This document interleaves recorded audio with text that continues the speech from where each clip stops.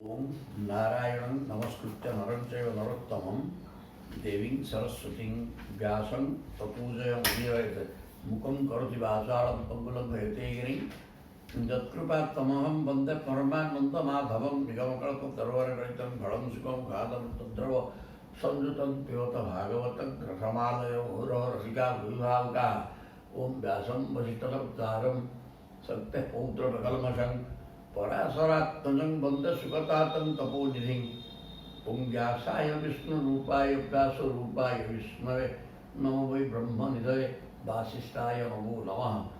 ॐ श्री परमात्मने नमः। ॐ नमो भगवते वासुदेवाय। वर्तमान दशम स्कंध अध्याय 31 गोपी माने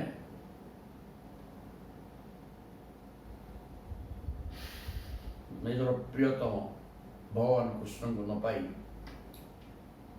विकल होगी कांदुंट एवं गीत हूँ प्रभु गुणगान कर गोपी गीत तब कथामृतम तप्त जीवनम कविभिरीडितं कल्मषापहम् श्रवणमङ्गलं श्रीमदाततं भुवि गृह्णन्ति ते भूरिदा जनाः तव कथामृतं तप्तजीवनं कविभिः ईडितं कल्मषापहम् तव कथामृतं हे प्रभु आपणकर अमृतमय कथा गुड़ाक जहाँकि कवि भी ईडितम कवि माने विज्ञ साधु सन्त मान मुख निश्रुत आपण कथामृत अमृतमय आपणकर कथा जोटा कि कल्मषापह तप्त जीवन कल्मषापहम जो मानकर जीवन सांसारिक जड़सज्जा दुख जातना भितर चढ़ुची से मानकर जीवन तप्त होकर उत्तप्त संतप्त जीवन से माने कल्मष दूर हो आप अभिमान द्वारा अर्थात विज्ञ साधु सत्न मान द्वारा करा वर्णना आपणकर कथा मृत वर्णना को शुणिले संसार दुख जातना पीड़ित होता व्यक्ति मान दुख दूर हो पाप हटि और कौन हो श्रवण मंगलम श्रीमदाततम शुणा क्षणी ना प्रभु होती श्रवण मंगलम प्रभु को कथा शुणिले मंगल ही मंगल हो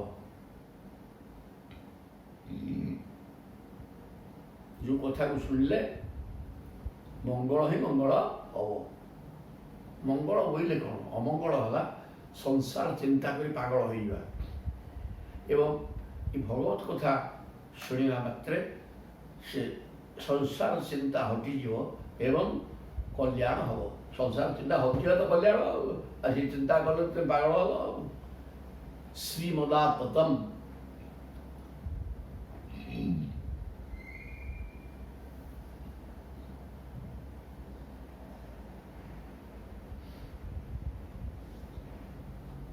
एवं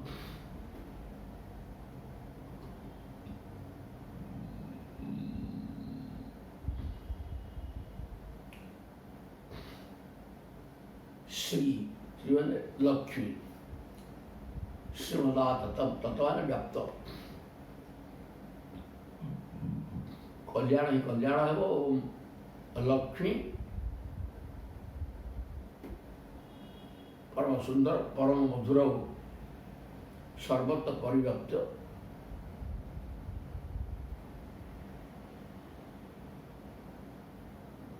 से लीला परम सुंदर परम मधुर सर्वत्र परिव्याप्त श्रवण श्रीमदाततम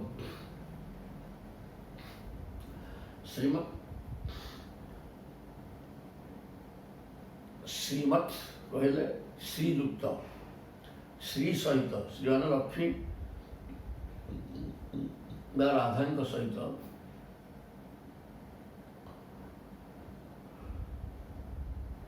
ପ୍ରଭୁ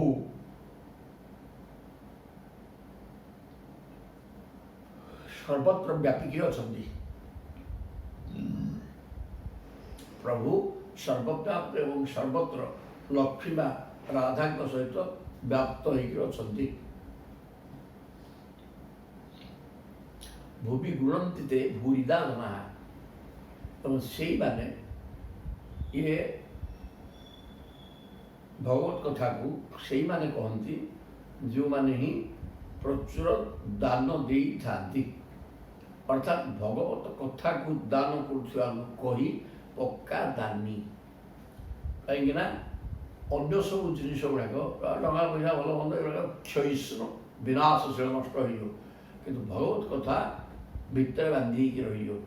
ତେଣୁ ଭଗବତ କଥାକୁ ଯିଏ ବର୍ଣ୍ଣନା କରେ, ସର୍ବସମକ୍ଷରେ ଉପସ୍ଥାପନ କରେ, ସିଏ ହେଲା ପ୍ରଚୁର ଦବା ଲୋକ।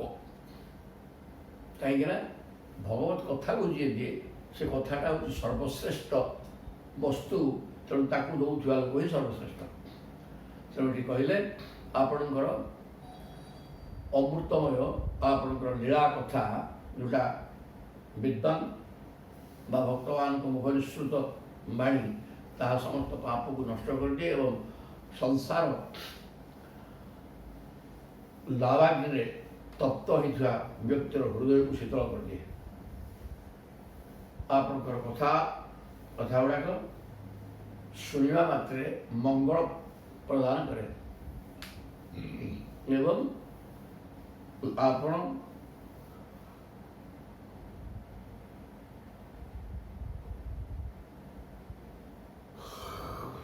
ଲକ୍ଷ୍ମୀଙ୍କ ସହିତ ସର୍ବବ୍ୟାପକ ଅଟନ୍ତି ଏହା ପ୍ରତିପାଦନ କରେ।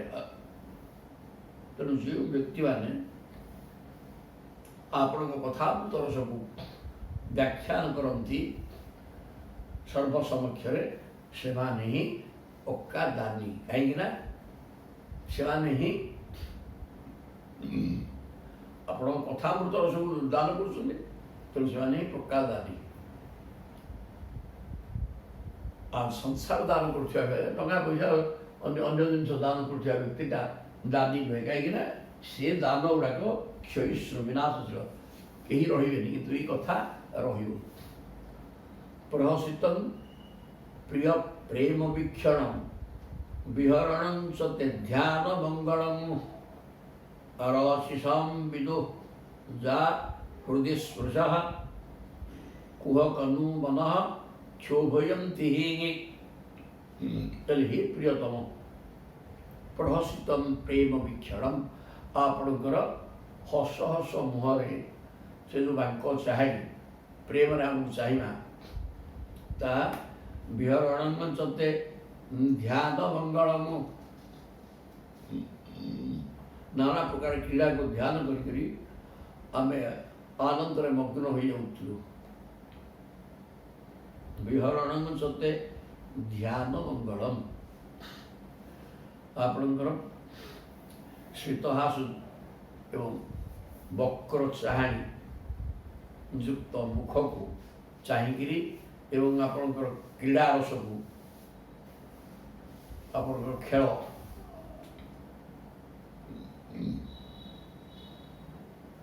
ଆପଣ ଅବତାର ନେଇକି ଯେଉଁ ଅନେକ କଥା କରିଛନ୍ତି, ସେ କଥା ଗୁଡ଼ାକୁ ଧ୍ୟାନ କରିକିରି ଆମର କଲ୍ୟାଣ ହେଉଥିଲା।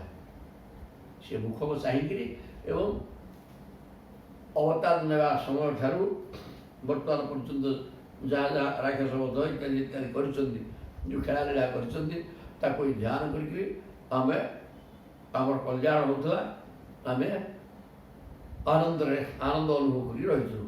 ରହସ୍ୟ ସମ୍ବିଦୁ ଯା ହୃଦୟ ସ୍ପୃଶଃ, ସେସବୁକୁ ଧ୍ୟାନ କରିବାର ପରମ ମଙ୍ଗଳକର ମଧ୍ୟ। ତାପରେ ତୁମ ସଙ୍ଗେ ଆମର ମିଳନ ହେଲା, ତୁମେ ଏକାନ୍ତରେ ଆମ ସହିତ ଯେଉଁ ସବୁ ହୃଦୟସ୍ପର୍ଶୀ ହାସ ପରିହାସ ପ୍ରେମାଳାପ କଲ, ରହସି ସମ୍ବିଦ ଯା ହୃଦି ସ୍ପୃଶ ରହସି ଏକାନ୍ତରେ ଆଜି ଆଜି ବର୍ତ୍ତମାନ ଆମର ବିଚ୍ଛେଦ ଯୋଗ ହୋଇଯାଇଛି, କିନ୍ତୁ ଆମ ସହିତ ଆପଣଙ୍କର ଆଜି ହିଁ ମିଳନ ହୋଇଥିଲା ଏବଂ ସେହି ସମୟରେ ଆପଣ ଅନେକ ମିଠା ମିଠା କଥା ଥଟ୍ଟା ପରିହାସ ଇତ୍ୟାଦି କରି ମିଠା କଥା କହିଛନ୍ତି, ପ୍ରେମାଳାପ କରିଛନ୍ତି। ତାହା ଆମ ହୃଦୟରୁ ଯାଉନାହିଁ, ଆମ ହୃଦୟକୁ ସ୍ପର୍ଶ କରି ହୃଦୟ ସ୍ପୃଶ ଆମ ମନ ଭିତରେ ତାହା ରହିଯାଇଛି, ସେ ଆଦୌ ଯାଉନାହିଁ। କୁହକନୁ ମନ କ୍ଷୋଭୟନ୍ତି, ସେସବୁକୁ ଧ୍ୟାନ କରିବା ବର୍ତ୍ତମାନ ସେସବୁ ମନେ ପଡ଼ି ଆମ ମନକୁ ବିକ୍ଷୁବ୍ଧ କରିଦେଉଛି। ମନ କ୍ଷୋଭୟନ୍ତି, ତେଣୁ ସେ କଥା ଗୁଡ଼ାକ ଆମ ମନେ ପଡ଼ିକରି ଆମ ମନ ବର୍ତ୍ତମାନ କ୍ଷୁବ୍ଧ ହେଉଛି। ଷୋଳଶୀଯତ୍ ବ୍ରଜାତ୍ ଚରୟନ ପଶୁନ ନଳିନ ସୁନ୍ଦରମ୍ ନାଥତେ ପଦମ୍ ଶିଳତୃଣାଙ୍କୁରୈଃ ସାଦତୀତିନଃ କଲିଳତାଂ ମନଃ କାନ୍ତ ଗଚ୍ଛତି।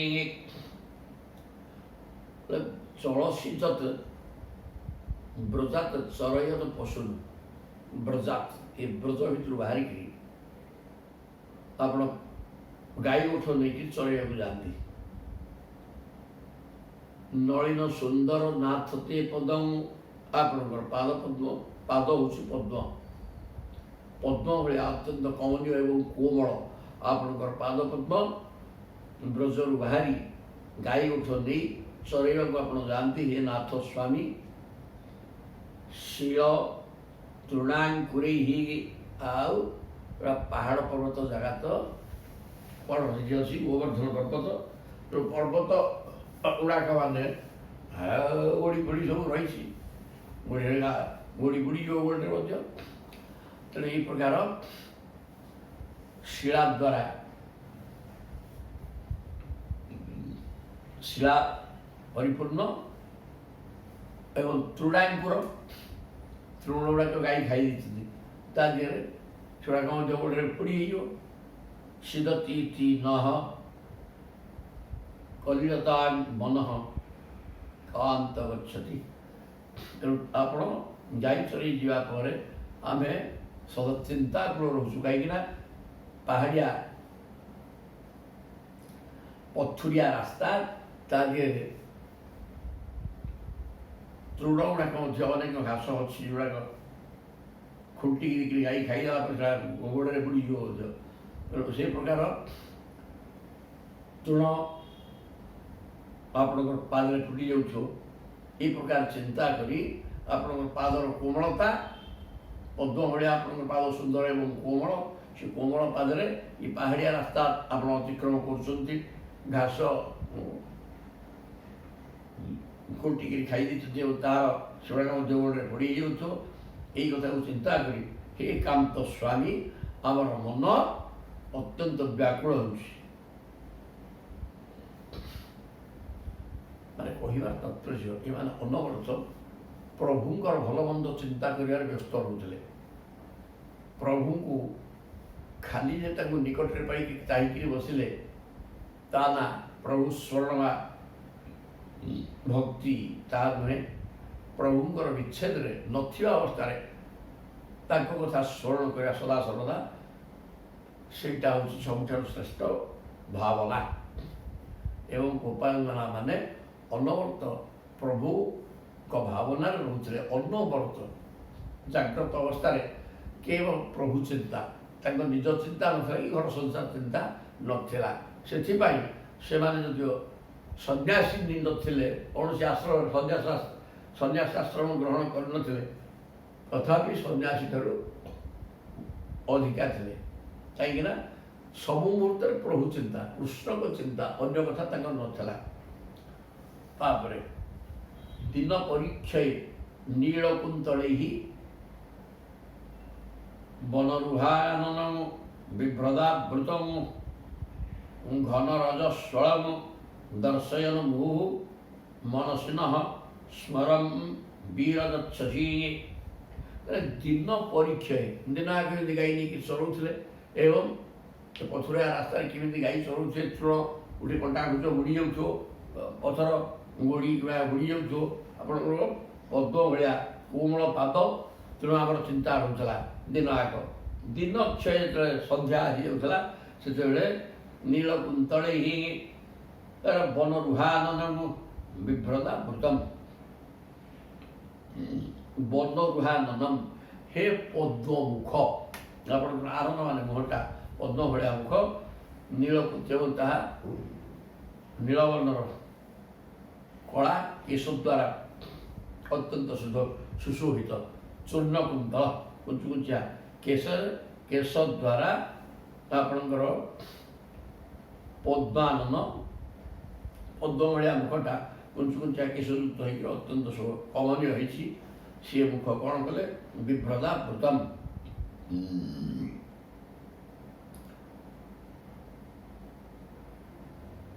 सी मुख उपरे घन रजस्वलम दर्शयन मुहु आया गाई पछरे बढ़िया तो गाई गोड़ धूली उठो से धूली उड़िक देह मुंड सब हम तेणु आपणकर कुंचुकुचिया केशयुक्त ये जो पद्म बदनटा पद्म मुख से गोरज द्वारा तापरे गोधूली लिपि कला कला चूर्णकुंतल झुलुची घन रजस्वलम दर्शयन मुहु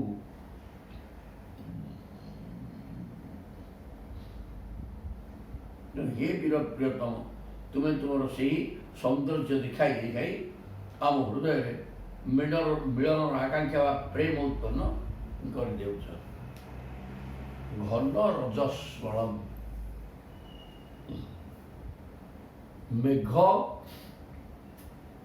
कलाहांडिया मेघ उठे पवन आसिक धूली उड़े जो प्रकार शोभा बर्तमान आपणकर कुंचुकुंचिया कला केश युक्त पद्म बदनटा पद्म मुखटा बर्तमान ऊपर रहा कलाहांडिया मेघ धूलीटा ता तले उड़िक जमी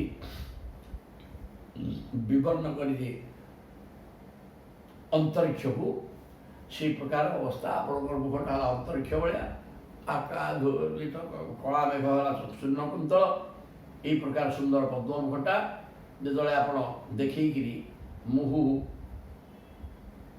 सी पद्म मुखे हस एवं मागस आणिक आप संध्या समय फेरुले गाई गोट को फेरैक आप न स्मरम हे वीर आम मनरे काम पीड़ा सृष्टि होता आप सहित मिलन आकांक्षा कहीं विरह वेदना सका आप गाई नहीं पड़े दीर्घ समय है दीर्घ समय धरिक आप साक्षात्कार है बर्तमान प्रत्यावर्तन करने बेले आपणकर सहित मिलनर इच्छा आमर प्रबल हो प्रणत कामदं पद्मजार्चितं धरणिमंडलम ध्येयमापति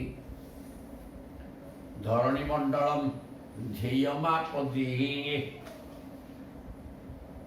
चरण पंकजम संतमं चते रमणन स्तनेश्वर्पयाधिचन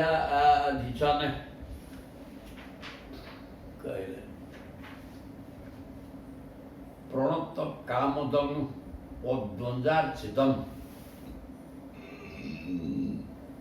प्रणत मानकर समस्त कामना पूर्ण करवा कामम ददाति कामदम मैंने समस्त आपण पाखे जे शरणागत तार समस्त कामना को पूर्ण आपण कर दियंती एवं आपण पादपद्म को पद्मजा किए लक्ष्मी लक्ष्मी द्वारा सेवित अर्चित पूजित आपणकर पादपद्म से प्रकार पादपद्म को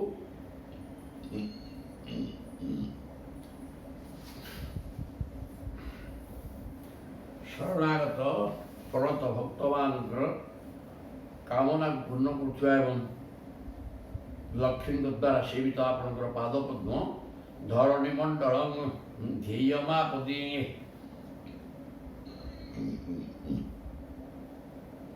से दुईटी हूँ पृथ्वीर भूषण विपद समय केवल से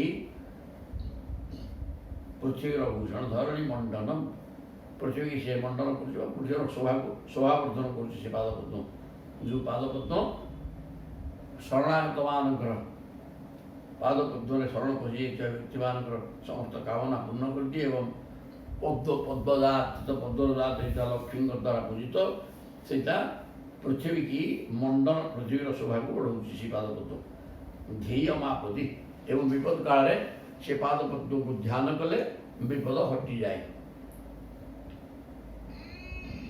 चरण पंकजम सत मंगलचते ताहा कले सकल विपत्ति न चली जाए। हे कृष्ण कुंज विहारी तुम्हें तुम से कल्याण स्वरूप चरण कमल चरण पंकजम सतमम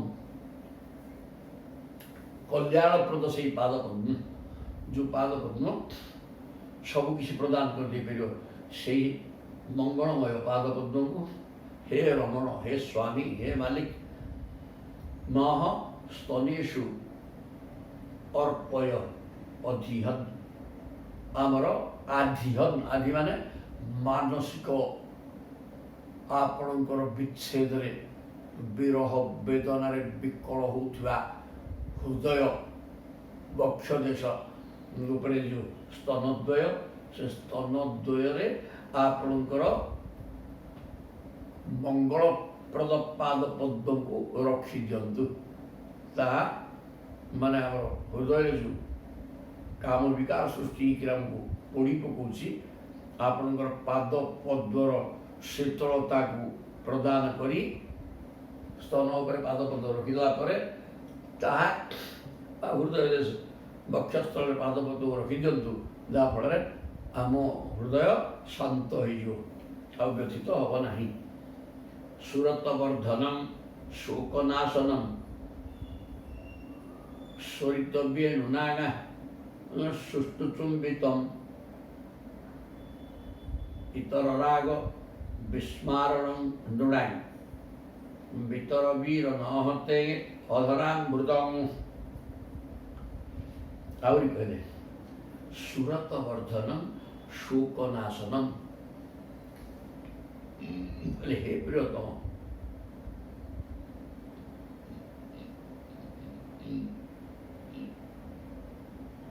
तुमर अधरामृत मिलन आकांक्षा को आहरी बढ़ाई देछि। अधरामृतम वितर अधरामृत को हे वीर आमको आपनकर अधरामृत प्रदान करंतु जो अधरामृतटा सुरतवर्धनम जो अधरामृत को पान करने द्वारा रक्तिभाव बढ़े एवं शोकनाशनम शोक को विनाश कर दिए दुख सांसारिक दुख जंजाल हटि जाए एवं आपण प्रति उत्तम रक्तिभाव सृष्टि हुए आपण सहित एकाकार हमार भावना बढ़ी जाए एका एका हो दुई मिसिक एक भाव बढ़ी जाए एवं शोक को सांसारिक दुख कष्ट को हटे दे शोकनाशनम स्वरित वेणुना सुष्टु चुंबितम जो अधरामृतटा शब्द करुवा बंशी सहित संयुक्त आपण अधर को अधर बंशी की थई स्वन कर स्वन सी जो अधर शोकनाश करे संसार बाधा विघ्न दुख कष्ट को हटे दिए एवं जो अधरटा आपण सहित एकाकार भाव आकृष्ट करे जो अधर रे आपण ବଂଶୀ ରଖିକିରି ସୁନ୍ଦର ସ୍ୱର କରନ୍ତି। ଇତର ରାଗ ବିସ୍ମାରଣ ଡୁଣାଇ, ସେଇ ବଂଶୀର ରାଗ ଶୁଣିଲେ ଇତର ରାଗ, ବଂଶୀ ଭିନ୍ନ ଆଉ ସଂସାର ପ୍ରତି ଅନୁରାଗ, ସେ ଅନୁରାଗ ନିଶ୍ଚିତ ଧ୍ୱଂସ ହୋଇଯିବ। ଇତର ରାଗ ବିସ୍ମାରଣ, ଅନ୍ୟ ରାଗ ନିଶ୍ଚିତ ଭାବରେ ବିସ୍ମରଣ ହେଇଯିବ, ଅର୍ଥାତ୍ ସଂସାର ଚିନ୍ତା ହଟିଯିବ। ଆପଣ ଅଧରାମୃତକୁ ଅଧରକୁ ସ୍ପର୍ଶ କରି ବଂଶୀ ବଜାଉଛନ୍ତି, ସେ ବଂଶୀ ପ୍ରତି ଯିଏ ଅନୁରାଗ ଯାହାର ଆସିଯିବ, ସେ ଇତର ରାଗ, ସଂସାର ପ୍ରତି ତାର ଯେଉଁ ଅନୁରାଗ ରହିଛି ସେ ନିଶ୍ଚିତ ହଟିଯିବ ଯେକୌଣସି ମଣିଷର। ତେଣୁ ସେଇ ଅଧରାମୃତକୁ ପାନ କରିବାର ବ୍ୟବସ୍ଥା କରିଦିଅନ୍ତୁ ପ୍ରଭୁ। ଏଠି ଖାଲି ଅଧରର ବର୍ଣ୍ଣନା କରାଯାଇଛି। न अटति दत् भवान् अह्नि काननम त्रुटि जुगायते त्वाम् अपश्यताम् कुटिलकुन्तलं श्रीमुखं च ते जड उदीक्षताम् पक्वकृत दृढदृशाम्। अटति जत् भवान् अह्नि काननम, भवान् दिन बेले आपण कानून माने गाई नहीं पहाड़ पर्वत जंगल में बुलती गाई चलिया त्रुटि जुगायते त्वाम् अपश्यताम्। तेणु गाई नहीं वन में वन को जाती दिन बेले जीवा समय गोटे गोटे त्रुटि आम जुग हो जाए। त्रुटि माने मुहूर्त माने सेकेंड, गोटे गोटे सेकेंड आम जुग हो जाए। कारण आम आपण विच्छेद सही पाना, आपण को न देखी आमर गोटाए सेकेंड जुग भाया लगे। कुटिल कुंतलम श्रीमुखम चते, आपणकर कुंच कुंचिया केशयुक्त ये पद्म मुख को न देखी जड़ उदीक्षतान् पक्वकृत दृशान्।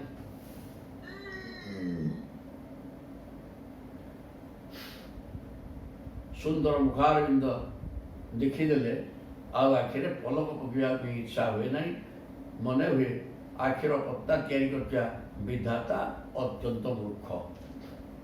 कुटिल कुंतलम श्रीमुखम चते, ए दिनाक विच्छेद दुखरे आप मुखपद्म दर्शन न करी आमर गोटाए सेकेंड जुग भाया लगुए। कि जिते आप गोचारण शेष कर संध्या समय प्रत्यावर्तन करते ब्रज को, से आप कुचकुंचा केशयुक्त मुख को देखीदेला कौन हो आम अपलक नयन से मुख को चाहिए रहू प्रेम एवं से आम ब्रह्मा को विधाता माने ब्रह्मा आखि उपर पत्ता तैयारी करता ब्रह्मा को निंदा करू कहीं से पत्ताटा पड़ जाऊँगी। पड़ जा फल आपणकर मुख दर्शन मंद बाधा विघ्न, मुख दर्शन में बाधा सृष्टि हो। सदा सर्वदा आम देखा आखि जदि निर्निवेशन चाहिए रहता आहरी आनंददायक होता। पत्ता पड़ाटा दुखदायक हो। तेणु विधाता को आम निंदा करूँ कहीं तुम्हें केड़े मूर्ख ये पत्ता पकड़ा व्यवस्था कर।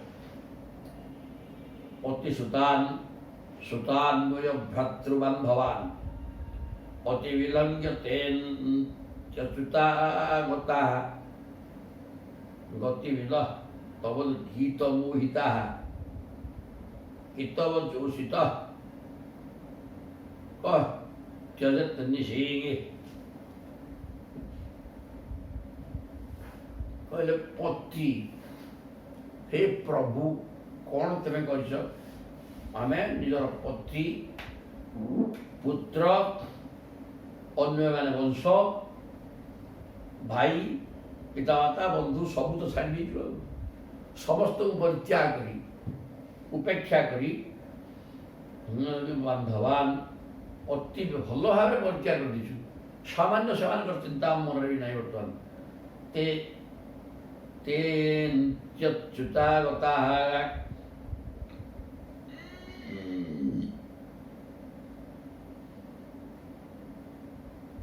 समस्त परित्याग करके आम बर्तमान आपणकर पादमूल को आसिक आश्रय नहीं प्रभु अच्युत तेणु गतिविध तब गीत मोहिता आपणकर वंशी गीत द्वारा आम मैंने मोहित हो जाइए स्वामी पुत्र बंधुबांधव भाई समस्त परित्याग कर देकरी आपणकर चरणारविंद शरण पशु प्रभु आपण गतिविध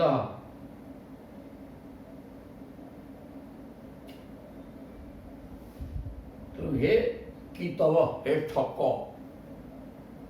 कपटी नागर तुम्हें निजे वंशी बजी डाकिल कि बर्तमान एत कपटी जे आमको छाड़ी पड़ेगा जोशित कह जजते निशी ये राति जंगल भितर निर्जन स्थान रे क्यों व्यक्तिटा सुंदरी स्त्री मान छाड़ी चली रे तेणु तुम्हें कपटी तुम्हें कपटी युवक प्राणनाथ तुम्हें अत्यंत कपटी कहीं ये राति कौन सी पुरुष युवती स्त्री की छाड़ी जीव ना जंगल भितर तेणु आपण ही करदे पारती आई जो स्त्री लोकटा तार घर संसार स्वामी पुत्र भाई बंधु समस्त छाड़ी बाप माँ इत्यादि छाड़ी देकर केवल आपण शरणागत हो आपण शरणागत होमी मन को नुह आपणकर वंशी स्वन टाणी आनी ना धरिक डाकला से प्रकार जला पड़ा तेणु से स्वन मोहित होगी सी आसिक आप पादमूल शरणागत होता तेणु हे कपटी बंधु आप बंधु होता कपट रही पाखे आप प्रकार मैंने राति जंगल भितर जी समस्त छाड़ी आपंकर आश्रय नाला ताकू छाड़ी आप रोच रहस्य संविदम हृत्सयोदय प्रहसिताननम प्रेम वीक्षण बृहदुर श्रियो वीक्ष्य धामते मुहु अतिस्पृहा मुह्यते मनः रहस्य संविदन हृत्सयोदय हे प्रियतम तुम्हें रहस्य मान एकांत हृत्सयोदय एकांत जो प्रेमपूर्ण वार्तालाप कर थट्टा मजा कर सी हृदय को पीड़ा दूसरी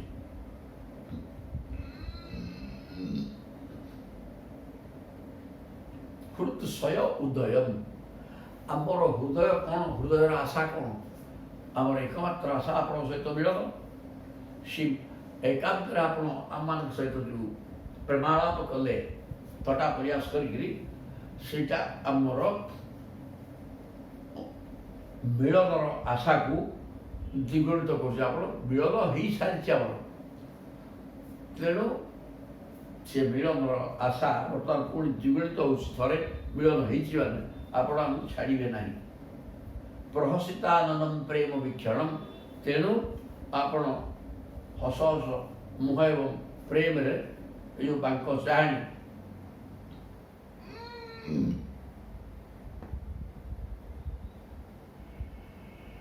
चाणी चाही मुर्की मुर्की हसी देते आमर आखि लाखी रोला बहुदूर श्रीव वीक्ष धामते तुम्हारा प्रशस्त वक्ष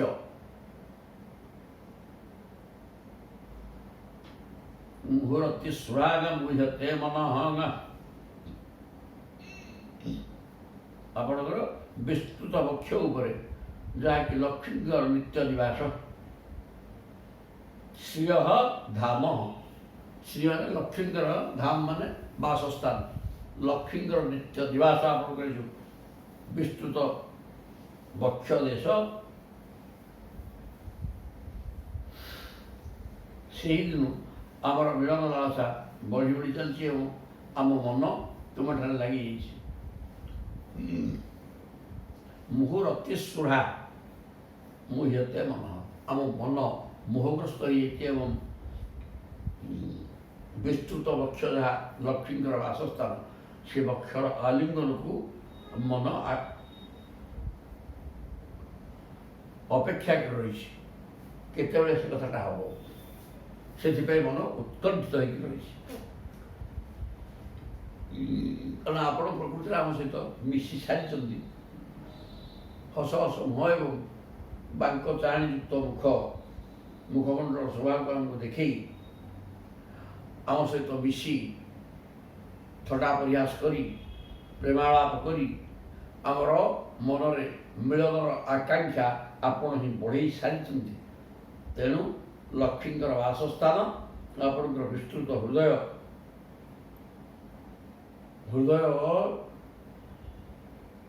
କେତେବେଳେ ଆମର ଆଶ୍ରୟ ହେବ ବା ଆମେ ସେହି ପ୍ରକାର ଆପଣଙ୍କ ସେହି ହୃଦୟକୁ କେତେବେଳେ ଆଲିଙ୍ଗନ କରିପାରିବୁ, ସେଥିପାଇଁ ଆମର ମନ ମୋହଗ୍ରସ୍ତ ହୋଇକି ରହିଛି।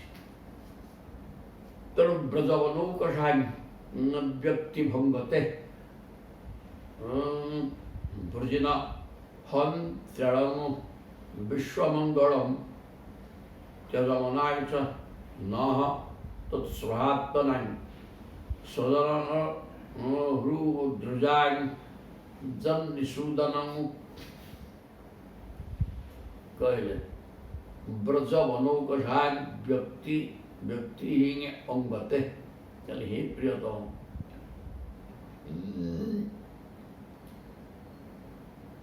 ବ୍ରଜ ବନବାସୀ ମାନଙ୍କର ସକଳ ଦୁଃଖ ଓ ତାପ ହରଣ କରିବା ନିମନ୍ତେ,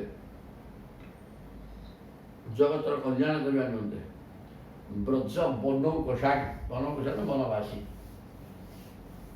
ବ୍ରଜ ବନରେ ବାସ କରୁଥିବା ଏ ଗୌରମାନେ ବ୍ୟକ୍ତି ଅଙ୍ଗତେ ବୃଜିନ ହନ୍ତ୍ୟଜଂ ବିଶ୍ୱମଙ୍ଗଳଂ,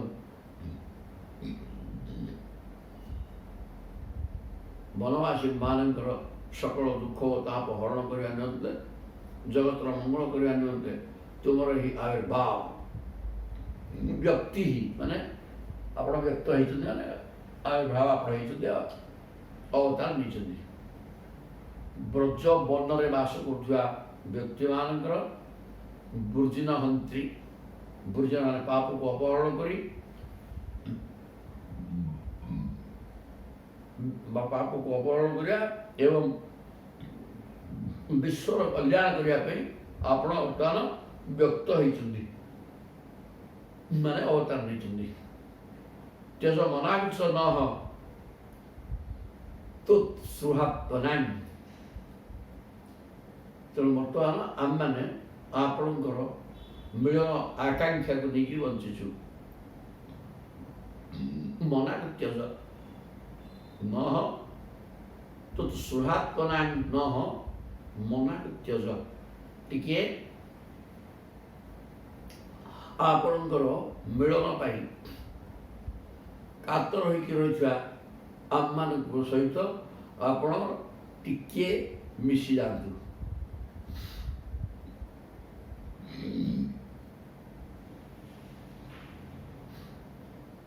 ମନାକୃତ୍ୟଜ ସୋଦନ ହୃଦୃଜାଂ ଜନ୍ନିଷୂଦନଂ, ଆପଣ ଦୁଃଖ କଷ୍ଟ ଦୁର୍ଜନ ସମସ୍ତଙ୍କୁ ହଟେଇବା ପାଇଁ ହିଁ ଅବତାର ନେଇଛନ୍ତି। ତେଣୁ ଆପଣ ହିଁ ଭିଷକ ବୈଦ୍ୟ ଆପଣ। ତେଣୁ ଆମ ହୃଦୟରେ ଥିବା ହୃଦୃଜାଂ ସୋଦନ, ଆମେ ଆପଣଙ୍କର ଶତ୍ରୁ ନୁହେଁ, ଆପଣଙ୍କର ନିଜ ଲୋକ, ପାଖ ଲୋକ ଗୁଡ଼ାକ ଆପଣଙ୍କର ବିନା ଆମର ବଞ୍ଚିବାର ନାହିଁ। ଏ ପ୍ରକାର ସୋଦନ ଗୁଡ଼ାକୁ, ସୋଦନ ମାନଙ୍କର ହୃଦୃଜାଂ, ଆମ ହୃଦୟ ବର୍ତ୍ତମାନ ରୋଗଗ୍ରସ୍ତ ହେଇଯାଇଛି, ସେ ରୋଗକୁ ଆପଣ ହଟେଇ ଦିଅନ୍ତୁ। ଅର୍ଥାତ୍ ଆପଣଙ୍କର ମିଳନ ଆକାଂକ୍ଷା ରୂପକ ରୋଗ ଦ୍ୱାରା ଆକ୍ରାନ୍ତ ଆମେ, ମିଳନ ଆକାଂକ୍ଷାରେ ଆମେ ରହିଛୁ, ଯେଉଁଟାକି ମାନସିକ ଆଧି ଆଧି ମାନସିକ ବ୍ୟସ୍ତା ମାନସିକ ବାଧା ସୃଷ୍ଟି କରିଛି। ଆଧି ତା ନା ଆଧି, ତେଣୁ ସେ ଆଧିକି ଆପଣ ଔଷଧ ଦେଇକିରି ହଟେଇ ଦିଅନ୍ତୁ। ଆପଣ ହିଁ ପକ୍କା କବିରାଜ। ଜନ୍ୟ ସୂଦନ ସମସ୍ତ ଆଧିକି ବିନାଶ କରିଦେବାର କ୍ଷମତା ଆପଣଙ୍କର ଅଛି। ଆପଣ ସେହି ପ୍ରକାର ବୈଦ୍ୟ। ତେଣୁ ଆମର ଅଭ୍ୟାସ ପୂର୍ଣ୍ଣ ନହେଲେ ମାନସିକ ବ୍ୟଥା ତୁଟେ ନାହିଁ। ତେଣୁ ଆମର ଯେଉଁ ହୃଦରୁଜା ହୃଦୟରେ ରହିଛି ପୀଡ଼ା, ଆପଣଙ୍କ ସହିତ ମିଳନର ପୀଡ଼ା, ମିଳନକୁ ଆପଣ ଅପେକ୍ଷା କରିକି ଆମେ ପୀଡ଼ିତ ହେଇକି ଅଛୁ ପ୍ରଭୁ, ତାକୁ ଟିକେ ଆପଣ ହଟେଇ ଦିଅନ୍ତୁ ଔଷଧ ଦେଇକିରି। ଏ କଥା କହିଲେ ଆପଣ ସବୁ ଔଷଧ ଆପଣଙ୍କୁ ଜଣା।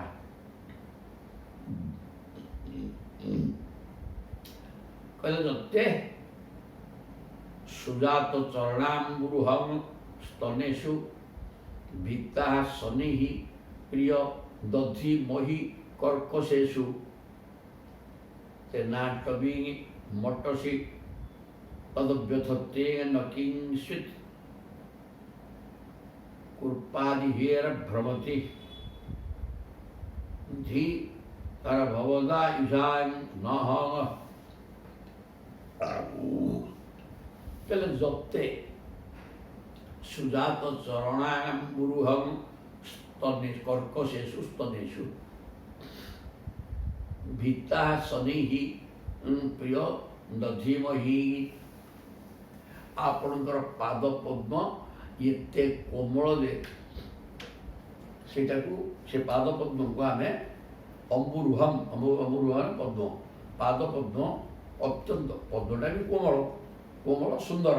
ତେଣୁ ଆପଣଙ୍କର ପାଦ ମଧ୍ୟ ସେ ପଦ୍ମ ଭଳିଆ ସୁନ୍ଦର ଏବଂ କୋମଳ। ସେ ସୁନ୍ଦର ପାଦକୁ ଆମେ ଆମର କର୍କଶ ଅତ୍ୟନ୍ତ କଠୋର ପଥର ଭଳିଆ କଠିନ ଆମର ସ୍ତନରେ ସେ ପାଦ ପଦ୍ମକୁ ଥୋଇବା ପାଇଁ, କୋମଳ ପାଦ ପଦ୍ମ ଆପଣଙ୍କର, ତାକୁ ଭିତା ଶନିଃ ପ୍ରିୟ ଦଧିମହି ଆମେ ଭୟଭୀତ ହେଇକିରି ଧୀରେ ଧୀରେ ସେ ପାଦ ପଦ୍ମକୁ ଆଣିକି ଆମର ବକ୍ଷ ଦେଶରେ ଆଲିଙ୍ଗନ କରୁଛୁ। କାହିଁକିନା ଆମର ସ୍ତନ ଅତ୍ୟନ୍ତ କର୍କଶ ଏବଂ ସେ ପାଦ ପଦ୍ମ କୋମଳ। ସେ କୋମଳ ପାଦ ପଦ୍ମକୁ ତେଣୁ ଆମେ ଭୟଭୀତ ହେଇକିରି ଆଲିଙ୍ଗନ କରୁଛୁ ବକ୍ଷରେ। ଆଉ ସେଇ କୋମଳ ପାଦ ପଦ୍ମ ଆପଣ କ'ଣ କରୁଛନ୍ତି? ତେନାଟବୀ ମଟସି ତଦ୍ ବ୍ୟଥତେ ন কিঞ্চিৎ। ଆପଣ ସେଇ ପାଦ ପଦ୍ମକୁ ଚଳେଇକିରି, ପାଦ ପଦ୍ମ ସେଇଭଳିଆ କୋମଳ ପାଦ ପଦ୍ମ ଆପଣଙ୍କର ଜଙ୍ଗଲରେ ବୁଲୁଛି। ଏଇଟା ଆମକୁ ପୀଡ଼ା ଦେବ ନାହିଁ କି? ଯେଉଁ କୋମଳ ପାଦ ପଦ୍ମକୁ ଆମେ ବକ୍ଷ ଦେଶରେ ଆଲିଙ୍ଗନ କରିବା ପାଇଁ ଆମ ମନ ବାଧା ଦେଉଛି। କାହିଁକିନା ଆମର ସ୍ତନ ଅତ୍ୟନ୍ତ କର୍କଶ।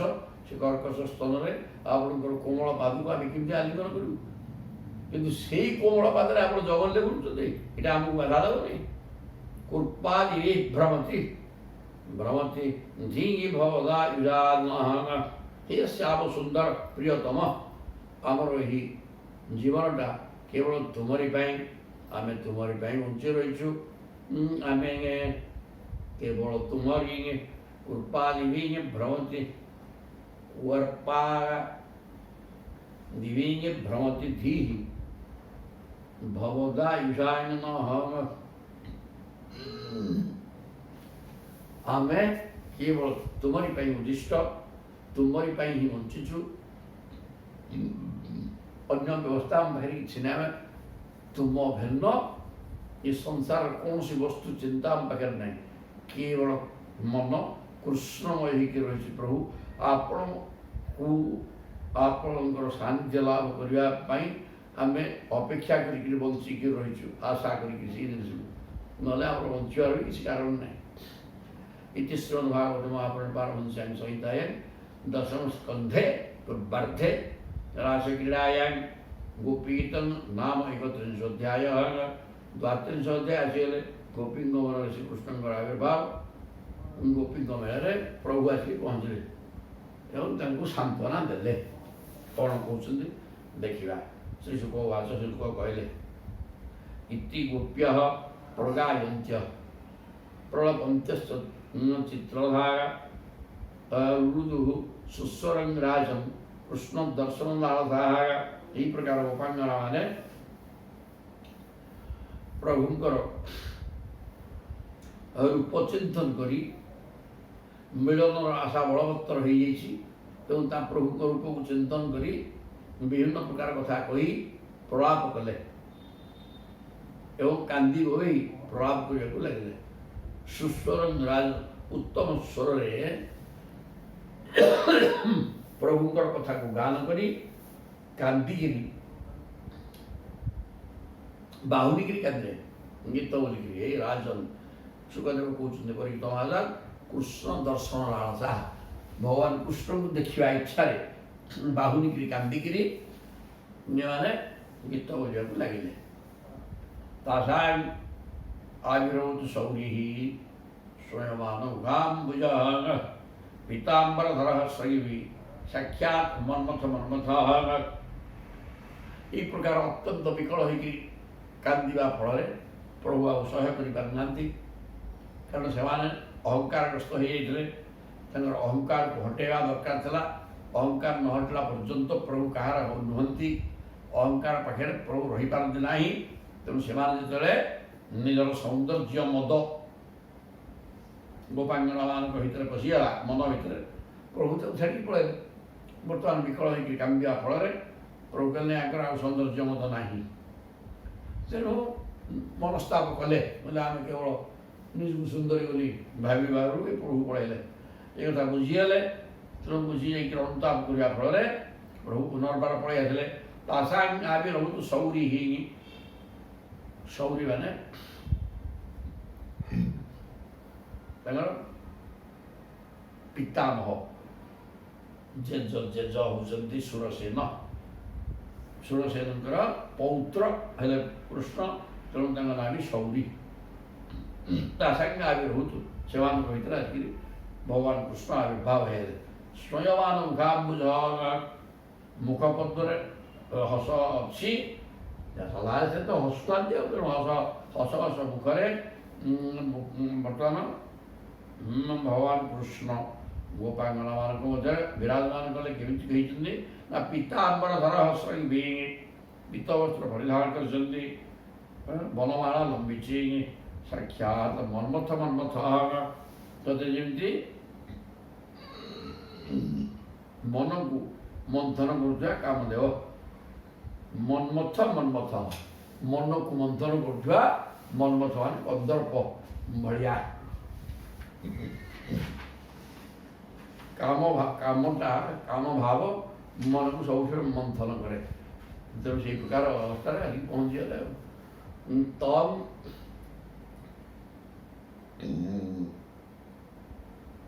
ତମ୍ ବିଲୋକ୍ୟ ଆଗତମ୍ ପୃଷ୍ଟମ୍ ପ୍ରତ୍ୟୁତ ଫୁଲ୍ଲ ଦୃଶୁ ଅବଳାଃ ଉକ୍ତସ୍ତୁ ଯୁଗପତ ସର୍ବାଃ ତନ୍ମହଂ ପ୍ରାଣ ବିଭାଗତଂ। ତମ୍ ବିଲୋକ୍ୟ ଆଗତମ୍ ପୃଷ୍ଟମ୍, ଆସିଥିବା ପ୍ରିୟତମ ଭଗବାନ କୃଷ୍ଣଙ୍କୁ ଦେଖି ଦେଇକିରି ପ୍ରତ୍ୟୁତ ଫୁଲ୍ଲ ଦୃଶୁ ଅବଳାଃ, ସେ ଗୋପାଙ୍ଗନା ମାନେ ଉତ୍ଫୁଲ୍ଲ ଦୃଷ୍ଟି, ମାନେ ତାଙ୍କର ଦୃଷ୍ଟି ଆନନ୍ଦରେ ପୂର୍ଣ୍ଣ ହୋଇଗଲା। ଦୃଷ୍ଟିଟା ଆନନ୍ଦର ସୂଚନା ଦେଲା। ଉତ୍ତସ୍ତୁ ଯୁଗପତ, ସମସ୍ତେ ଏକ ସଙ୍ଗରେ ଠିଆ ହେଇ ପଡ଼ିଲେ, ଯେମିତି ମଲା ଲୋକ ଭିତରେ ପ୍ରାଣ ଜୁଟିଗଲା। ସବୁ ମୃତ ଅବସ୍ଥାରେ ଥିଲା, ଅର୍ଥାତ୍ ଏମାନେ ସମସ୍ତେ ବିନା କୃଷ୍ଣ ବିନା ପ୍ରାଣ ଉତ୍କଣ୍ଠିତ ଅବସ୍ଥାରେ ଥିଲା, ପ୍ରାଣ ଛାଡ଼ିକି ପଳାଇବ। କିନ୍ତୁ ଭଗବାନ କୃଷ୍ଣ ପ୍ରାଣ ସ୍ୱରୂପ ଆସିକି ପହଞ୍ଚିଯିବା ଫଳରେ ସମସ୍ତଙ୍କ ପ୍ରାଣବାୟୁ ଅଟକିଗଲା ଏବଂ ଧଡ଼ିକି ସମସ୍ତେ ଠିଆ ହେଇପଡ଼ିଲେ। କାଚିତ୍ କରାମ୍ ଭୁଜଂ ସୌରେଃ ଜଗୃହେ ଅଞ୍ଜଳି ନାମୁଦାନା, କାଚିତ୍ ଦଧାର ତଦ ବାହୁ ଅଂଶେ ଚନ୍ଦନ ଭୂଷିତମ୍। କୌଣସି ଗୋପାଙ୍ଗନା କରାମ୍ ଭୁଜଂ ଯାଇକି ତାଙ୍କ ହାତକୁ ଜାବୁଡ଼ି ପକାଇଲା, ଏ ହାତରେ ସୌରେହେ ଜଗୃହେ ଅଞ୍ଜଳିନା ମୁଦାଗା। ଆଉ କିଏ ଦଧାର ତଦ ବାହୁ, କିଏ ଯାଇକି ତାଙ୍କ ବାହୁକୁ ଆଲିଙ୍ଗନ କରି ପକାଇଲା, କିଏ ତାଙ୍କ ହାତଟାକୁ ଧରି ପକାଇଲା। ଅଂଶେ ଚନ୍ଦନ ଚନ୍ଦନ ଭୂଷିତ ଅଂଶେ, କିଏ ଚନ୍ଦନ ଚନ୍ଦନ ବିଲେପନ ହେଇଥିଲା ତାଙ୍କ କାନ୍ଧଟାକୁ ସ୍ପର୍ଶ କଲା। ଆଉ ଜଣେ ଗୋଟେ ଆମକୁ ଧରିଲା ପରେ ଆଉ ଥରେ ସିଂହକୁ ଧରିବାର ତ ପ୍ରଶ୍ନ ନାହିଁ ନା, ତେଣୁ ଏ ପ୍ରକାର ହେଇକିରି ବିଭିନ୍ନ ଆମକୁ ସବୁ ଧରିଲେ ଆଉ ଯାଉଡ଼ି ପକେଇଲି କଲାଚି ଅଞ୍ଜଳିନା ଗୃହ୍ଣା ଅନ୍ୱିଙ୍ଗି ତାମ୍ବୁଳ ଚର୍ବିତଂ ଏକା ତଦଗ୍ନି କମଳଂ ସନ୍ତପ୍ତା স্তনয়োଃ ଅଧାଘାତ। কাচিৎ অঞ্জলিনা গৃহ্ণাৎ তন্বী তাম্বূল চর্বিতম। ତୃତୀୟ ଜଣକ ଭଗବାନଙ୍କ ପାଟିର ଦରକ୍ଷା ପାନ ନିଜ ଅଞ୍ଜଳି ପ୍ରସାରି ଗ୍ରହଣ କଲା। ତା ଚର୍ବିତମ ତାମ୍ବୂଳମ୍, ପ୍ରଭୁ ପାନ ଚୋଉଥିଲେ, ହାତ ଦେଖେଇଦେଲା। ସେ ଚର୍ବିତ ତାମ୍ବୁଳକୁ ହାତରେ ନେଇକି ନିଜେ ଖାଇ ପକାଇଲା ପ୍ରେମରେ ଆଉ। ତାପରେ ଏକା ତଦଙ୍ଘ୍ରି କମଳମ୍, ଆଉ ଜଣେ କିଏ ତାଙ୍କର ଅଙ୍ଘ୍ରି ପାଦ ପଦ୍ମକୁ ଧରିକିରି ସନ୍ତପ୍ତା ପାଦ ପଦ୍ମକୁ ଜାବୁଡ଼ି ପକେଇକିରି ପାଦ ପଦ୍ମ ଉପରେ ନିଜର ସ୍ତନକୁ ଥୋଇଦେଲା। ବକ୍ଷସ୍ଥଳେ ତାର ସବୁ ଥୋଇଦେଲା, ମାନେ ବକ୍ଷସ୍ଥଳେ ଜାବୁଡ଼ିକିରି ଧରିଲା ପାଦ ପଦ୍ମକୁ ହେଲା। ଏକା ଭ୍ରୁକୁଟି ମା ମଧ୍ୟ ପ୍ରେମ ସଂଗ୍ରାମ ବିହଳା। ଆଉ କିଏ ଗୋପୀ ପ୍ରଳୟ ଉପରେ ବିହୋଳ ହୋଇ ଭ୍ରୁଲତା ଟେକି ଓଠକୁ ଦାନ୍ତରେ ଚାପି ଭଗବାନଙ୍କୁ ନିଜ କଟାକ୍ଷ ବାଣରେ ବିନ୍ଧିଲା ପରି ଚାହିଁ ରହିଲା। କାହିଁକି ନା ପ୍ରଭୁ କପଟ କରିକି ଛାଡ଼ିକି ଚାଲିଗଲେ। ତେଣୁକରି କିଏ ଜଣେ ଅଭିମାନ କରି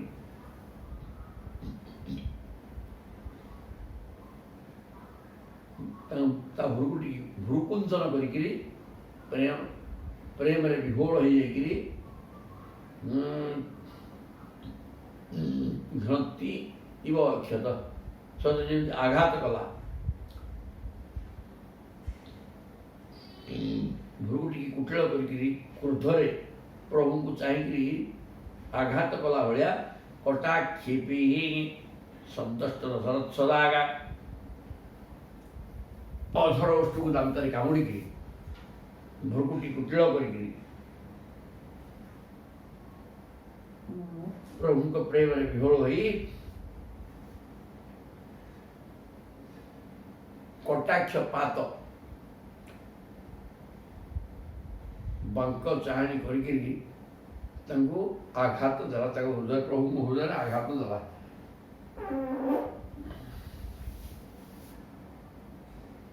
ଏକା ଭ୍ରୁକୁଟି ମା ମଧ୍ୟ ପ୍ରେମ ସଂଗ୍ରାମ ବିହଳା ଘ୍ନତି ବୈକ୍ଷତ କଟାକ୍ଷୀ ସନ୍ତଷ୍ଟ ସଦାଗା ଅପରା ନିମିଷନ ଧ୍ରୁବଭ୍ୟାଂ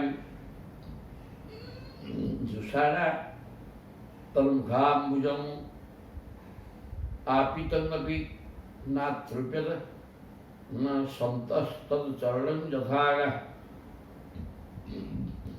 ଅପରା ଆଉ ଜଣେ ଗୋପାଙ୍ଗନା ଅନିମିଷ ଧ୍ରୁବଭ୍ୟାଂ, ଆଖି ପଲକ ନ ପକେଇକି ରଟବଟ ବି ଖାଲି ଚାହିଁକି ରହିଲା, ଆଖି ପଲକ ପତା ପଡ଼ୁନି।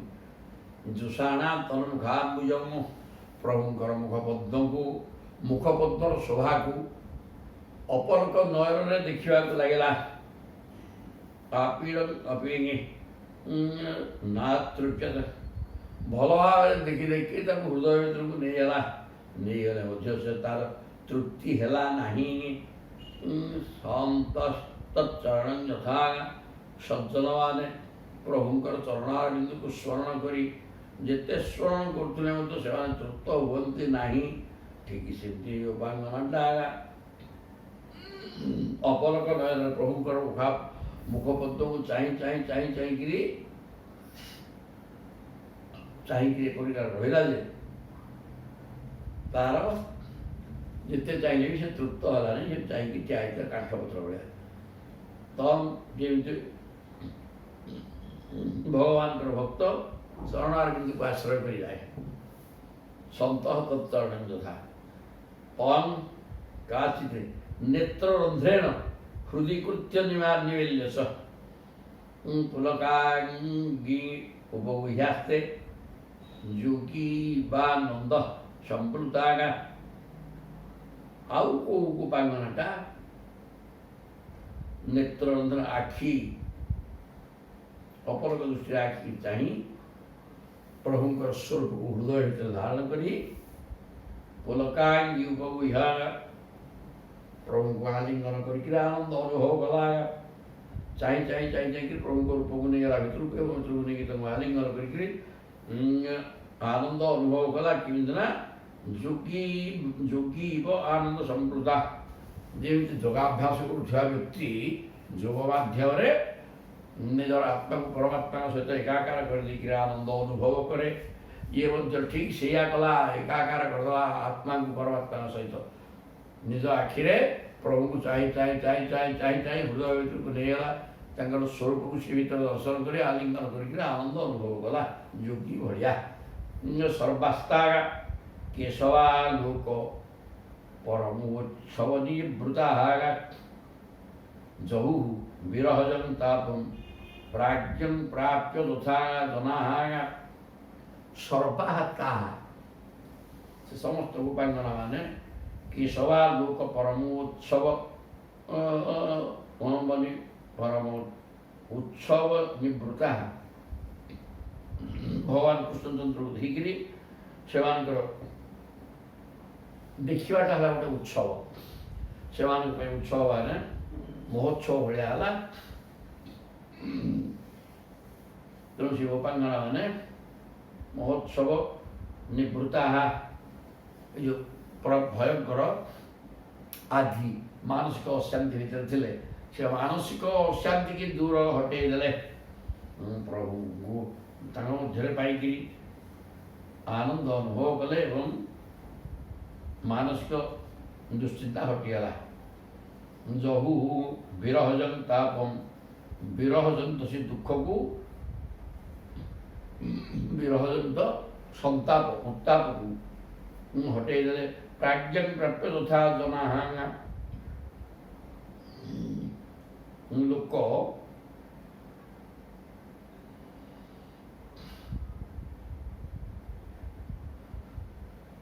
ଶାନ୍ତିର ସାଗରରେ ଅବଗାହନ କଲେ। ମୋକ୍ଷ ମନୁଷ୍ୟ ଯେପରି ପରମ ଜ୍ଞାନୀ ସନ୍ଥକୁ ପାଇଗଲେ ସଂସାର ପୀଡ଼ାରୁ ମୁକ୍ତି ହେଇଯାଏ। ପ୍ରାଜ୍ଞଂ ପ୍ରାପ୍ୟ ତଥା ଜନାହା।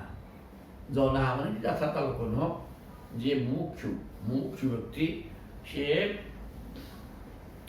ଭଗବତ କଥା କହିବାରେ ଦକ୍ଷ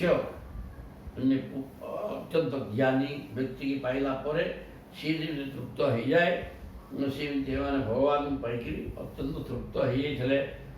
ତାଭିଃ ବିଧୃତ ଶୋକାଭିଃ ଭଗବାନ ଅଚ୍ୟୁतो ଭୃତଃ ବ୍ୟରୋଚତାଗଧିକଂ ତାତ ପୁରୁଷଃ ନ ଶକ୍ତିଭିୟାର ଯଥାଗା।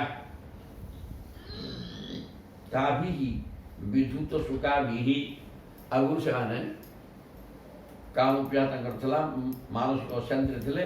ବର୍ତ୍ତମାନ ଭଗବାନ ପାଇବା ପରେ ସେମାନଙ୍କର ମାନସିକ ବ୍ୟାଧି ସରିଲେ, ମାନସିକ ବ୍ୟାଧି ହଟିଗଲା। ହଟିଯାଇକି କ'ଣ ହେଲା, ତାଭିଃ ବିଧୃତ ଶୋକାଭିଃ ବିଶେଷ ଭାବରେ ଧୋଇ ହେଇଯାଇଛି ଶୋକ ମାନେ ମାନସିକ ଅଶାନ୍ତି। ପ୍ରଭୁଙ୍କର ବିଚ୍ଛେଦରେ ସେମାନେ ମାନସିକ ପୀଡ଼ା ଭୋଗ କରୁଥିଲେ। ପ୍ରଭୁଙ୍କୁ ପାଇଯିବା ପରେ ତାଙ୍କର ମାନସିକ ସ୍ତରରେ ସେମାନେ ଉତ୍ଫୁଲ୍ଲିତ ହେଇଗଲେ। ଏଇଟା ହେଲା ପରେ କ'ଣ ହେଲା,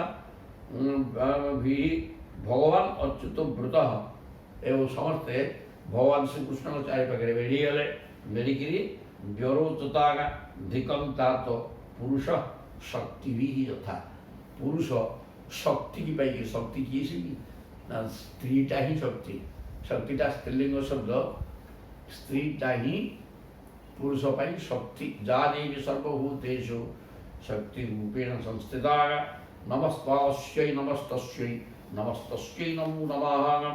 ଚଣ୍ଡୀ ସପ୍ତଶତୀ ଚଣ୍ଡୀରେ ଲେଖାଯାଇଛନ୍ତି। ତେଣୁ ଇଏ ହେଲେ ଶକ୍ତି ସ୍ୱରୂପିଣୀ ନାୟିକା। ବର୍ତ୍ତମାନ ପ୍ରଭୁ ସେମାନେ ବିଚ୍ଛେଦ ଦୁଃଖରେ ଦୁଃଖିତ ହୋଇକି ଥିଲେ, ମର୍ମାହତ ହୋଇଯାଇଥିଲେ। ପ୍ରଭୁଙ୍କୁ ପାଇଯିବା ପରେ ତାଙ୍କର ଚାରିପାଖରେ ଘେରିଗଲେ। ଯେମିତି ଜଣେ ପୁରୁଷ ଶକ୍ତି ଦ୍ୱାରା ଯୁକ୍ତ ହେଲା ସେ ପ୍ରକାର ଲାଗିଲା। ଭଗବାନ ତ ପୁରୁଷ, ସେ ମଝିରେ ରହିଛନ୍ତି, ଚାରିପଟେ ଗୋପାଙ୍ଗନା ବେଢ଼ି ଯାଇଛନ୍ତି, ଯେଉଁଟା ପୁରୁଷ ଶକ୍ତିଯୁକ୍ତ ହେଲା ବୋଲି ଲାଗିଲା। ଏତିକି ଥାନ୍ତୁ, ତାପରେ କାଲିକି ଦେଖିବା। ଜୟ ଜଗନ୍ନାଥ। ଦଶ ରହିଗଲେ 22 ଆবার কিছু বইতে পারে